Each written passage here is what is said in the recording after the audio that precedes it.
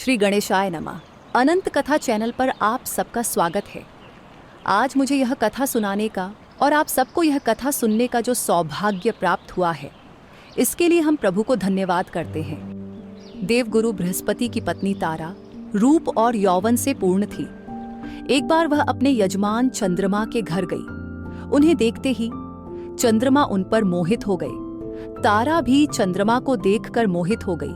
इस प्रकार दोनों एक दूसरे को देखकर प्रेम में डूब गए और साथ रहने लगे। कुछ दिन बीतने पर देवगुरु बृहस्पति ने तारा को घर लाने के लिए अपना एक शिष्य भेजा, लेकिन वह नहीं आई। जब चंद्रमा ने देवगुरु के शिष्य को कई बार लौटाया तो वे क्रोधित होकर चंद्रमा के पास खुद गए और बोले, हे चंद्रमा, तुमने यह अधर्म क्यों किया? मैं तुम्हारा गुरु हूं और तुम मेरे यजमान हो। तो मूर्ख, तुमने गुरुपत्नी को अपने घर में क्यों रख लिया? ब्रह्म हत्या करने वाला, गुरुपत्नी के साथ दुष्कर्म करने वाला और इनके साथ संबंध रखने वाला, यह महापापी कहलाए जाते हैं। अगर तुमने मेरी पत्नी के साथ दुराचार किया है तो तुम देवलोक में रहने योग्य नहीं हो। हे दुष्ट, मेरी पत्नी को छोड़ दे। अगर तुमने मेरी पत्नी को नहीं छोड़ा तो मैं तुम्हें श्राप दे दूंगा। यह सुनकर चंद्रमा बोले, क्रोध से भरे हुए ब्राह्मण सम्मान के लायक नहीं होते। शांत स्वभाव वाले तथा धर्म के ज्ञाता ब्राह्मण ही पूजनीय होते हैं। हे देवगुरु, अपनी मर्जी से ही तारा यहाँ रह रही है। सुख की इच्छा रखने वाली कुछ दिन यहाँ रहकर अपनी इच्छा से चली जाएगी। चंद्रमा के ऐसा कहने पर बृहस्पति बहुत दुखी मन से अपने घर लौट गए। कुछ दिनों बाद बृहस्पति फिर से चंद्रमा के पास पहुंचे। वहां द्वारपाल ने उन्हें अंदर जाने से रोक दिया।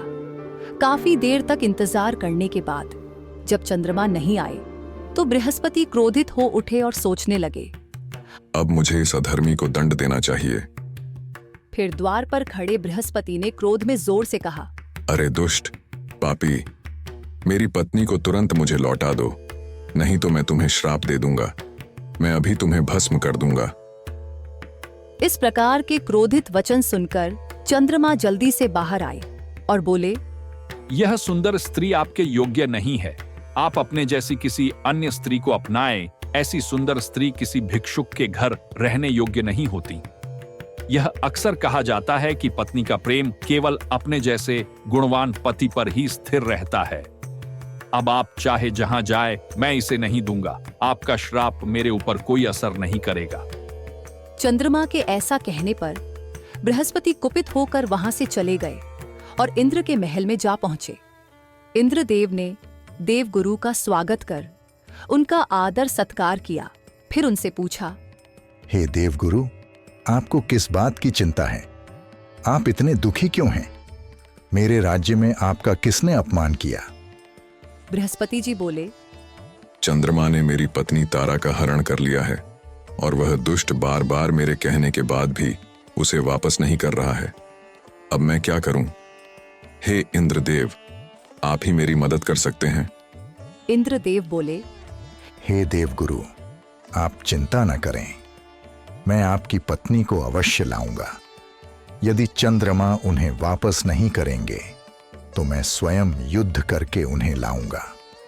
इस प्रकार गुरु बृहस्पति को आश्वासन देकर इंद्रदेव ने एक बुद्धिमान और कुशल दूत को चंद्रमा के पास भेजा। वह दूत चंद्रलोक पहुंचते ही चंद्रमा से यह संदेश वचन कहने लगा, हे चंद्रमा, आप धर्म ज्ञाता हैं, इसलिए आपको कोई ऐसा कार्य नहीं करना चाहिए जिससे आपकी निंदा हो। आप दक्ष प्रजापति की 28 सुंदर कन्याओं को पत्नी के रूप में प्राप्त कर चुके हैं। फिर भी आप अपने गुरु की पत्नी को पाने की इच्छा क्यों रखते हैं? स्वर्गलोक में मेनका जैसी अप्सराएं आपके साथ स्वेच्छा से रह सकती हैं। अगर देवता ऐसा बुरा कर्म करेंगे तो अन्य साधारण लोग भी आपकी नकल करेंगे, जिससे धर्म का नाश हो जाएगा। कृपया अपने गुरु की पत्नी को तुरंत लौटा दें, जिससे देवताओं के बीच कोई झगड़ा न हो। दूत के इंद्रदेव का संदेश सुनाने के बाद चंद्रमा थोड़ा क्रोधित हो गए और दूत को उत्तर दिया, हे इंद्र, तारा जितना मुझसे प्रेम करती है उतना वह बृहस्पति से नहीं करती। इसलिए प्रेम करने वाली स्त्री को धर्म या न्याय से अलग नहीं किया जा सकता। इसीलिए हे दूत, तुम इंद्र से कह दो कि मैं तारा को नहीं दूंगा। इंद्र जो चाहे वह करे। चंद्रमा के इस उत्तर को दूत से सुनकर इंद्रदेव भी बहुत क्रोधित हुए और गुरु बृहस्पति की सहायता के लिए सेना तैयार करने लगे। देवगुरु बृहस्पति और चंद्रमा के इस झगड़े की खबर सुनकर दैत्य गुरु शुक्राचार्य बृहस्पति से द्वेष के कारण चंद्रमा के पास गए और उनसे कहा, आप तारा को वापस मत कीजिए। अगर आपका इंद्र के साथ युद्ध हुआ तो मैं अपनी मंत्र शक्ति से आपकी मदद करूंगा। इसके बाद तारा को लेकर बड़ा युद्ध छिड़ गया जो कई वर्षों तक चला। इस युद्ध को देखकर ब्रह्मा जी अपने हंस पर सवार होकर युद्ध स्थल पर पहुंचे ताकि इस झगड़े को शांत कर सके। वहां पहुंचकर ब्रह्मा जी ने चंद्रमा से कहा, तुम बृहस्पति की पत्नी को वापस कर दो, वरना मैं भगवान विष्णु को बुलाकर तुम्हें समूल नष्ट करवा दूंगा।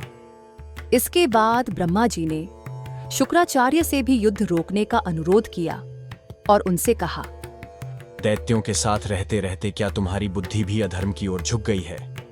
ब्रह्मा जी की बात सुनकर शुक्राचार्य ने चंद्रमा के पास जाकर कहा, तुम तुरंत अपने गुरु की पत्नी को लौटा दो। शुक्राचार्य की बात को सुनकर चंद्रमा ने बृहस्पति की गर्भवती पत्नी तारा को वापस लौटा दिया। अपनी पत्नी को वापस पाकर देवगुरु बृहस्पति बहुत प्रसन्न हुए और खुशी खुशी अपने घर लौट गए।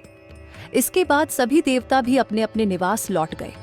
कुछ समय बाद तारा ने शुभ नक्षत्र में एक पुत्र को जन्म दिया जो चंद्रमा जैसा सुंदर था। इस पुत्र को देखकर देवगुरु बृहस्पति बहुत प्रसन्न हुए और विधि पूर्वक उसके सभी संस्कार किए। जब चंद्रमा ने सुना कि पुत्र का जन्म हुआ है तो उन्होंने बृहस्पति के पास अपना दूत भेजा और कहलवाया, यह पुत्र आपका नहीं है क्योंकि यह मेरे तेज से उत्पन्न हुआ है। फिर आपने अपनी इच्छा से उसके सभी संस्कार क्यों कर लिए? उस दूत के वचन सुनकर बृहस्पति ने उत्तर दिया, यह मेरा पुत्र है क्योंकि इसका रूप रंग मेरे जैसा है, इसमें कोई संदेह नहीं है। फिर दोनों के बीच विवाद बढ़ गया और एक बार फिर युद्ध की स्थिति उत्पन्न हुई। उस समय शांति की इच्छा से खुद प्रजापति ब्रह्मा जी युद्ध स्थल पर पहुंचे और युद्ध रोकने के लिए तारा से पूछा, यह पुत्र किसका है? सच सच बता दो ताकि यह झगड़ा समाप्त हो जाए। तारा ने लज्जा से सिर झुका लिया और धीरे से कहा, यह पुत्र चंद्रमा का है। ये कहकर वह घर के भीतर चली गई। तब चंद्रमा ने उस पुत्र को खुशी खुशी अपना लिया और उसका नाम बुध रखा। फिर वे अपने घर चले गए। इसके बाद ब्रह्मा जी, इंद्र सहित सभी देवता भी अपने अपने स्थान पर लौट गए। इस प्रकार बृहस्पति की पत्नी तारा से चंद्रमा के पुत्र बुध की उत्पत्ति हुई। जय माता दी।